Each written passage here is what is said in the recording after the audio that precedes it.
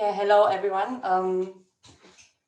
Yeah, it's great to see you. I will now present Mihai's and my work on the social media strategies of the far-right party Alternative for Germany and the effects on the audience. Next slide, please. We have focused on the party Alternative for Germany because it is the most important far-right actor in Germany. The party was originally born as a rather moderate conservative party in 2013 against the backdrop of the global financial crisis. But during the last 10 years, it increasingly interacted with the radical right-wing milieu that had existed long before in Germany.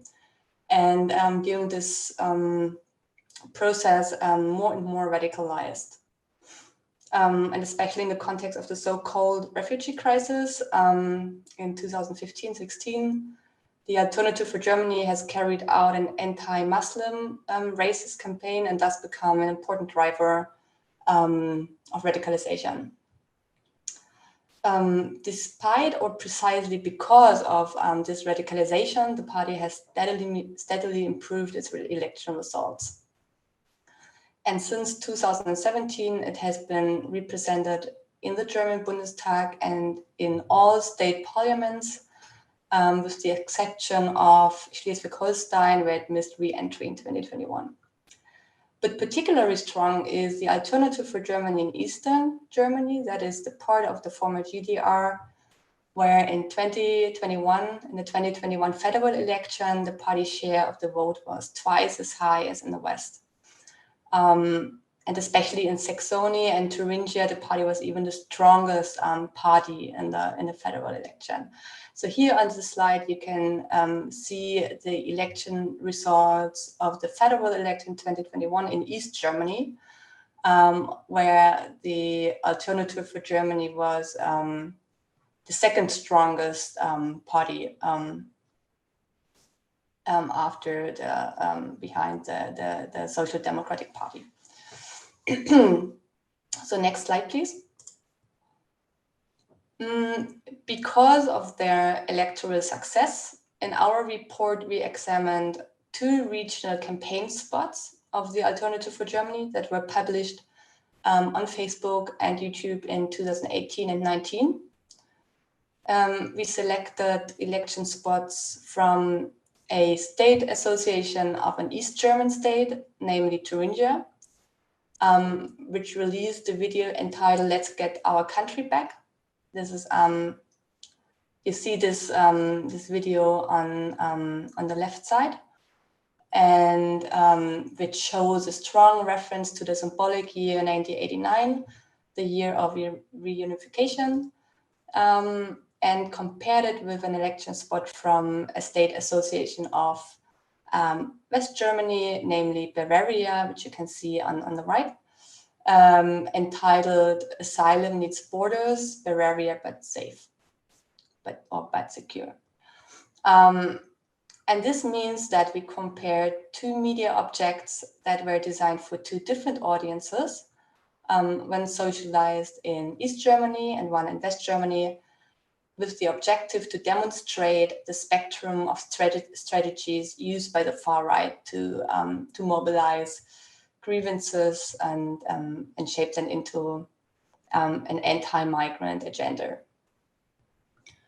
In addition to analyzing the content and style of these election ads, we also examined how the message presented in the videos were perceived and adapted by the viewers by analyzing the numerous comments posted under the videos. Okay, next slide, please. Let me briefly summarize the result of our case studies. The election spot of the East German Alternative for Germany, Thuringia, primarily addressed grievances and sentiments about the transformation process in Germany after reunification. And as key messages, we have identified that the political system is a dictatorship, or is perceived as a dictatorship, without freedom of speech. The current government repression is even worse than in the GDR, or even worse than in National Socialism. The video also claims or emphasizes structural inequality between Eastern and Western Germany in terms of economic participation, but also in terms of cultural representation. It speaks of stigmatization and so on and so forth. And therefore, the people are disappointed, and the revolution of 1989, or the transformation process in general, must be completed by the Alternative for Germany. Even though the top candidate, Björn Höcke, originally comes from Western Germany, the Alternative for Germany presents itself as a legitimate successor to the GDR opposition, which today, in their views, continues their fight for real democracy.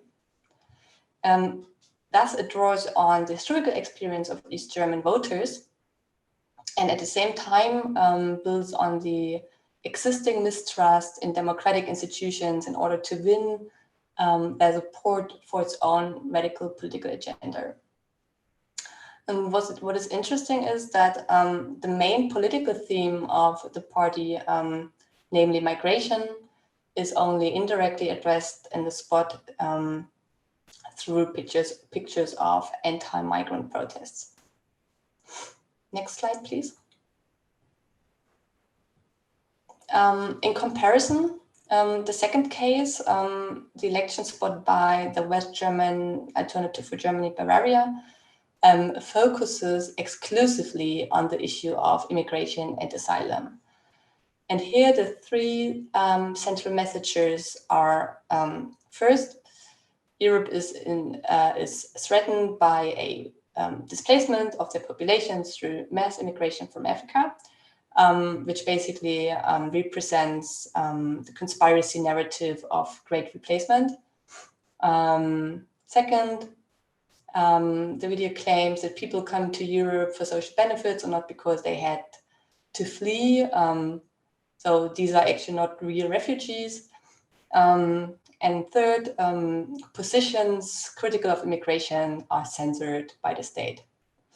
So both spots create the image of an oppressed German people, which can only be rescued by the Alternative for Germany. However, the exclusive focus on immigration in the second spot of the Alternative for Germany Bavaria shows that they feel confident in attracting voters through radical racist messages in the context of migration without addressing the issue of socioeconomic inequality. And this can be explained through the comparatively wealthy and conservative population in Bavaria, which is less affected by questions of social inequality and economic deprivation than people in East Germany. As I said, we also examined the audience reactions to these campaign spots by analyzing the comments to these videos. And our analysis showed that the Alternative for Germany profits from a widespread mistrust in democratic institutions and a perception of individuals feeling disrespected and overlooked by the political elite. I think this is what Hillary Pilkington in her presentation labeled as perceived social political inequality. But equally important for the support of the Alternative for Germany are extreme racist attitudes expressed in connection with immigration. And this means that it is not simply dissatisfaction with the current migration policy or the socioeconomic system that drives the potential electorate, but it's radical racist positions and a belief in the Great Replacement narrative and other far-right myths about abusive and criminal immigrants that motivate them to vote for the Alternative for Germany. Against this background, we conclude that the Alternative for Germany's role seems to be less in normalizing radical messages then in echoing, reinforcing, and translating them into the political system to subvert the democratic institutions of the political system. Thank you, everyone. That's it.